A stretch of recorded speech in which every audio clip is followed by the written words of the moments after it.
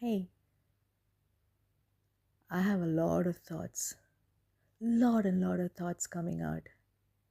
Some repressed, some suppressed, fear oriented, wounds, shame, guilt, grief.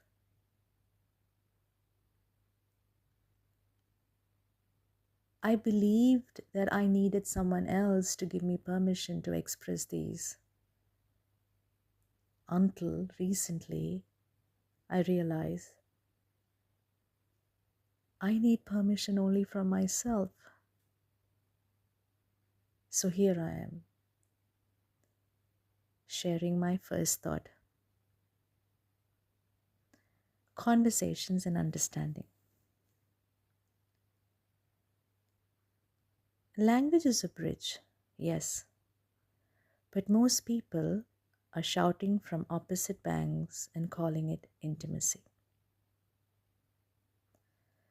There is an old saying, no, that all problems arise because we do not communicate enough, right?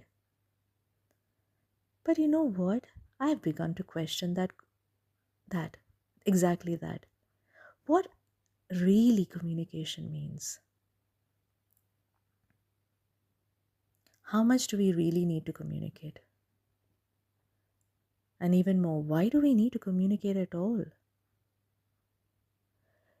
Is it so that the other person understands what we want them to understand?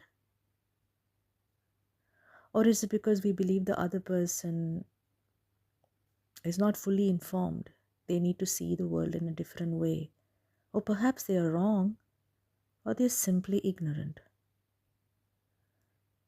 I wonder, and I wonder, do you even wonder? Why is there such a compulsion for someone to see the world through our eyes?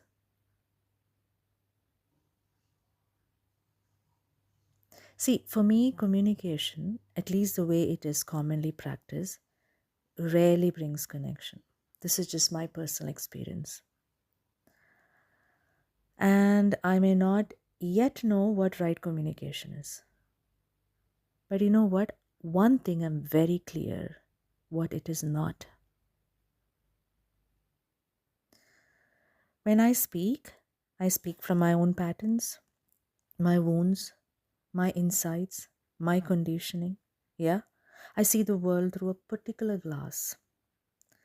A glass shaped by my memories, my impressions, experiences carried across this lifetime and perhaps others. So when I pour my words into another person, those words must pass through their senses, their memories, their shaded glass. And no matter how carefully I choose my words, no matter how much I compress or clarify my meaning, the other can only understand me through themselves. Like this is something I want to like tattoo on my head so I remember it, because this is where my over explaining will have to stop. No matter how much I compress or clarify my meaning, the other not may can only understand through themselves.